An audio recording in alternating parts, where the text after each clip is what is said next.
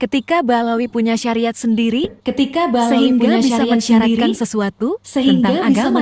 Orang itu tentang agama. kalau pengen ketemu Nabi itu harus apa? Kalau pengen ketemu Nabi memiliki kekuatan 40 kuda, memiliki kekuatannya.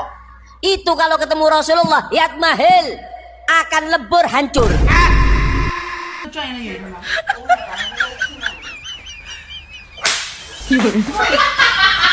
Jadi ketika ada wali nunjukin karamah, bukan soal si walinya, tapi siapa yang ngasih, Allah Subhanahu wa ta'ala. Semakin besar karamah seorang wali, bukan nunjukin kebesaran dia, tapi nunjukin kebesaran Allah Subhanahu wa ta'ala. Jelas apa kagak? Maka jangan sembarangan halu-haluin, jangan sembarangan khurfatin, sebagaimana juga jangan sembarangan asal cerita karamah untuk orang-orang. Mudah-mudahan Allah kasih kita istiqamah di dalam akidah ahlus sunnah. Maka kalau besok-besok ada orang yang ingkar karamah wali dengan alasan halu, padahal karamahnya jelas, sumbernya jelas, ininya jelas, periwayatannya jelas, terus dibilang halu, padahal orang soleh dibilang orang soleh, itu bukan ikut ahlus sunnah. Ini,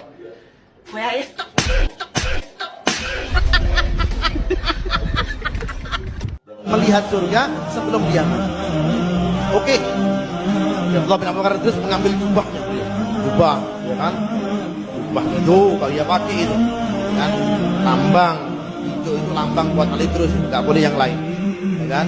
Dipakai, ya kan? Jubah itu. Kemudian ini gongnya ini kan agak besar, ya kan? Sini ente, kepalanya langsung diambil sini, dimasukkan ke dalam di lengan jubahnya Al Habib Abdullah bin Abu Bakar Ali terus. Ketika dimasukkan, itu Syekh Bagadir itu keenakan melihat surga serta isinya, bisa melihat bidadari yang cantik-cantik, melihat telaga-telaganya Allah Subhanahu wa ta'ala.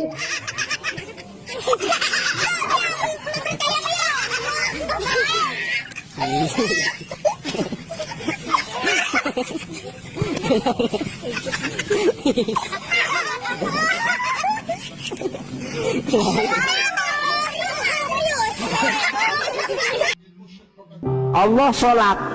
Nah, ini supaya kita tahu Allah sholat. Innallaha wa malaikatahu yusholluna ala nabi. Allah dan para malaikat sholat kepada Nabi Muhammad.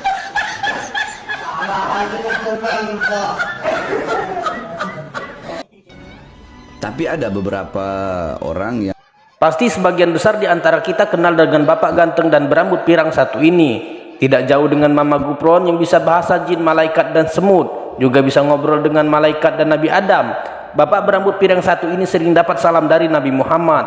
Beliau mengaku ada yang beberapa orang bermimpi bertemu dengan Nabi Muhammad dan selalu menitipkan salam untuk beliau. Ini videonya. Tapi ada beberapa orang yang mimpi Rasulullah, yang dimana dalam mimpinya Rasulullah menyampaikan salam untuk Bahar bin Smith.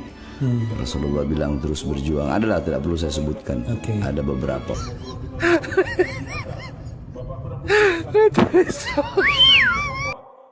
Sayyidina Fakil Muqaddam Muhammad bin Ali Ba'alawi, ya, beliau mengatakan apa?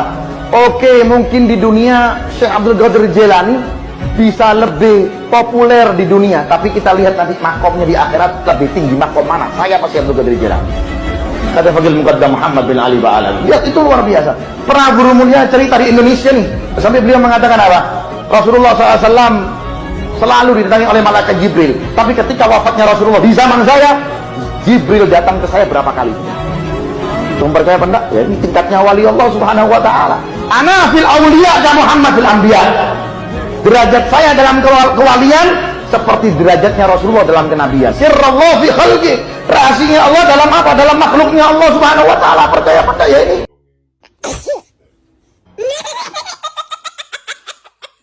Ini Nabi Hud itu tunduk kepada Habib. Bayangin Pak.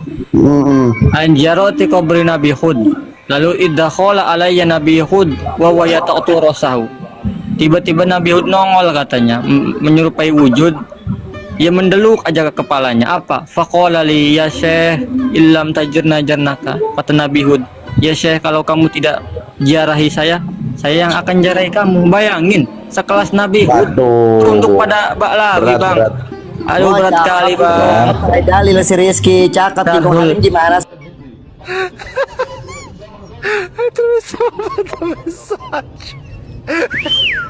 Makanya di kota Tarim itu, di kota Tarim, bayi-bayi yang ada di kota Tarim itu, mereka itu nggak tumbuh balik kecuali mereka sudah jadi wali.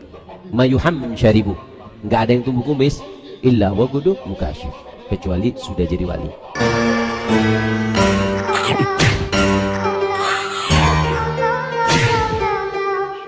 Nah, suatu waktu ya terjadi kota Madinah di zaman kita ya, di mana kita di Madinah itu, waktu kita belajar Madinah itu setiap tahun kita mendapatkan santunan yang diambil daripada harta wakaf untuk para zuriat Nabi yang ada di Jeddah.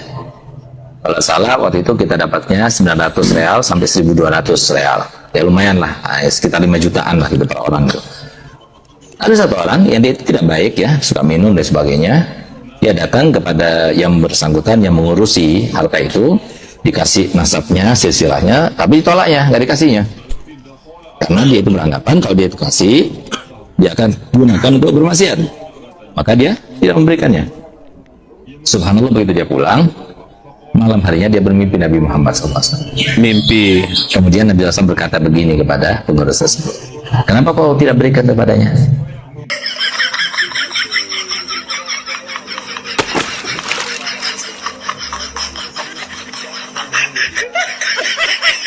Waduh, kata Habib ini, ada wali perempuan dari Yaman yang bisa ketemu Nabi setiap saat di dalam kamarnya. Kok di dalam kamar sih? Itu Syekh Sultana minta, ya Allah, kalau engkau kabulkan, izinkan aku bersama Rasulullah setiap saat. Nabi langsung datang di dalam rumahnya Syekh Sultana. Syekh Sultana itu tempatnya di luar kota Tarim, dekatnya Sayyidina Muhajir di sana. Kalau ada orang mau minta hajat, datang ke Syekh Sultana. Syekh Sultana, aku mau bangun rumah, hari apa yang bagus? Sebentar, aku tanya ke Nabi. Masuk ke kamar, Nabi langsung ada, ya godoh.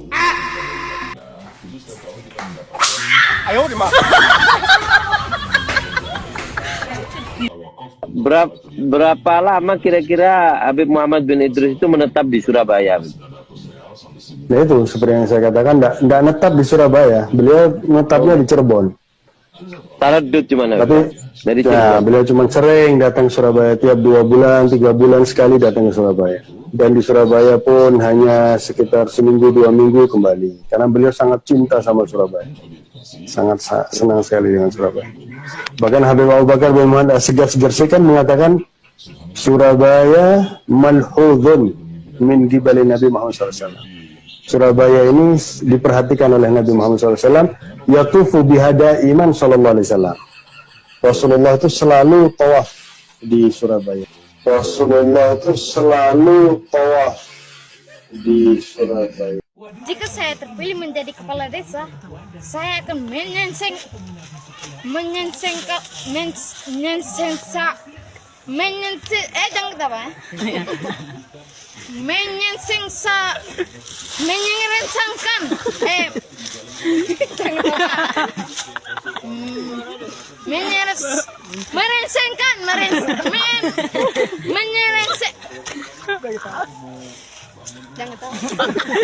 Susah payah Nabi berantas syirik, para Balawi malah menebar syirik, yakin mereka keturunan Nabi.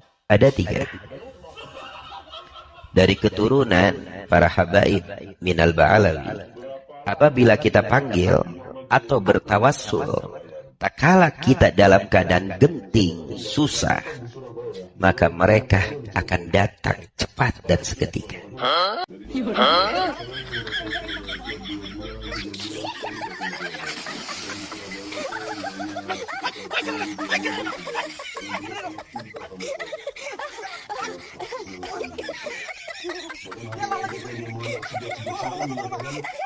Dulu ada seseorang masuk ke kota Tarim, wali masuk ke kota Tarim, yang wali daripada karomah mereka sampai memberhentikan matahari. Matahari itu dibuat berhenti agak lama asarnya. Kemudian ada perempuan kota Tarim keluar dari jendela yang mengatakan, "Ya fulan, syams, lepaskan itu yang namanya mataharinya. Kita lagi puasa hari tadi, nanti kelamaan ini puasanya. Lepaskan itu, subhanallah. Kalian tahu dilepaskan sehingga subhanallah."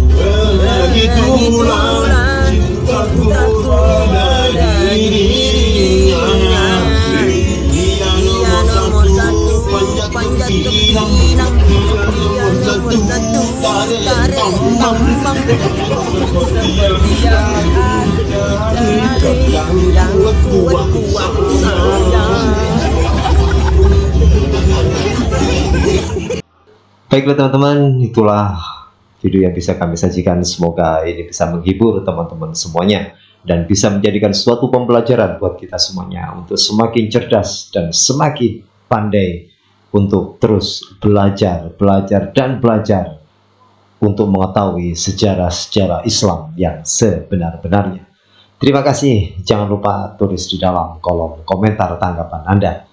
Salam NKRI, jazakumullah khairan katsira. Assalamualaikum warahmatullahi wabarakatuh.